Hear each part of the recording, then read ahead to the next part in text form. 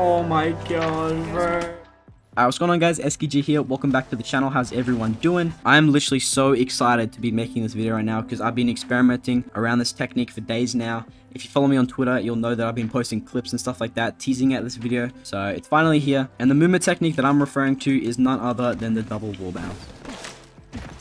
It's kind of broken. This technique is not just as straightforward as two wall bounces on the same wall. It's a couple of technicalities and conditions that you have to do before you can perform the technique. So that's why I'm making this video, kind of just explaining the conditions and how to use it effectively in examples, as well as where to do them on the map. 100% credit to Jay for bringing this to my attention. He found this movement technique, and his link to the original video will be in the description below if you want to learn kind of the science behind it and why it works. So definitely go check it out. It's a pretty good video. But yeah, I don't want to ramble for too long. You guys already know all my socials will be in the description below. Let's just get on with the video. Alright, so like you saw in the intro of the video, the double wall bounce looks something like this. So it's basically just two wall bounces like this. Now I'll pull up a clip right now of a third person perspective, and it's pretty crazy. As you can see, I literally just latch onto the wall, latch onto another wall, and then I tap strafe out of this one. So you can tap strafe out of it, you don't have to tap strafe out of it. I like to tap strafe out of it. So literally all you need to know for this technique is just how to wall bounce and how to tap strafe. What I recommend is coming to this building, streamer building and frag. Coming to this spot right here is it gives a really good indication because it has this line right here. And the reason why that line is so important is because your first wall bounce has to be lower than the ground that you started on. So if I jump off this, my feet are lower than that little platform right there.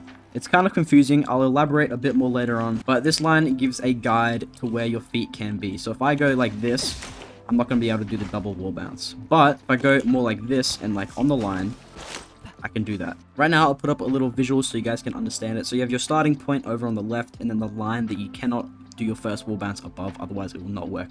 You have to touch the wall to do your first wall bounce below that red line right there. Otherwise, you will just fall off the ground and you won't be able to do two wall bounces. So once you get used to wall bouncing below that line right there, it's pretty straightforward. You do a wall bounce and then you scroll wheel back to the wall, or tap strafe back to the wall, and then do another wall bounce. So I have scroll wheel down to jump and then scroll wheel up to tap strafe. So literally all I'm doing, slide jumping off of it, wall bounce like that. It'll take some time to get used to because you're not used to doing two wall bounces on the same wall, but it's definitely worth it. So this technique gets super interesting once you start adding tap strafes. So right now I'm going to do the exact same thing, but tap strafe in between my wall bounces. So just like that. See, I went wall bounce, tap strafe, wall bounce, tap strafe. So it gets kind of crazy. You can definitely see how it can be hard to hit. I'll play a clip right now that you saw at the beginning of the video.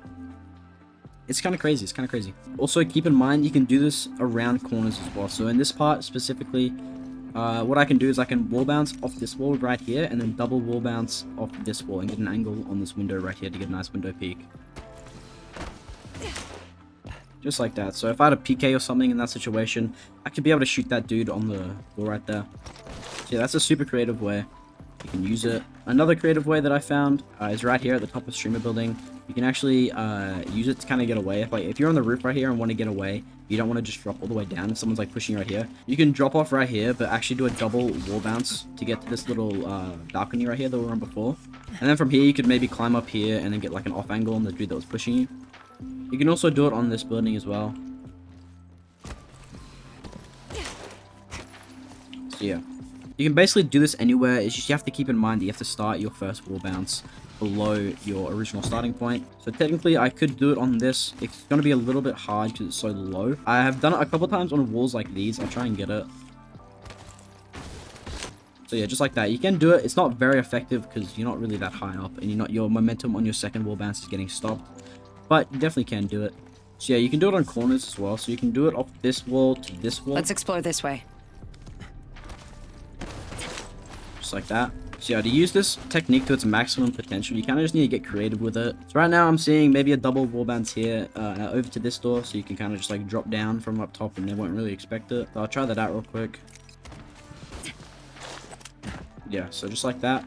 You can definitely do it in fights as well. So in this first clip, you saw at the beginning of the video as well, I have a PK, I do a wall bounce, the player thinks that I'm just going to do a single wall bounce and anticipate me to be where the wall bounce ends.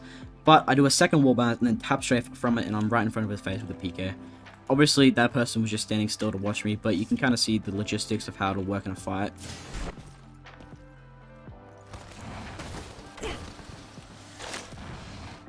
So you can also do that. You can wall run off your second wall bounce to get around this corner in construction.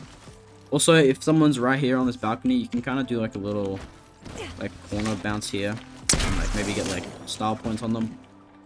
Not really that practical, but just something to note. A lot of this movement technique can be compared to Revenant's passive. So as you know, Revenant can wall bounce multiple times. And it can also do like stuff like that, like wall bounce like around corners and stuff. So if you want to come up with spots, maybe try it with Revenant first, so you just get like an easy wall bounces, and then try maybe do this. Yeah, like always, if you have a question about this technique or this video, feel free to leave it in the comments below. I like check literally every single comment, and I'll be sure to respond to you. Also, let me know where some spots are, because I'm still looking for some spots. So if you guys can get in, do some research, do some experimentation, and let me know, that would be appreciated. Yeah, that's been a very brief double wall bounce tutorial. I'm gonna make a advanced movement guide probably next video, and that's gonna cover this movement technique in depth, as well as literally every single other super advanced movement technique like coyote jumping and stuff like that. So yeah, stay tuned for that. But until then, I'll see you guys later. Have a good one. Peace out.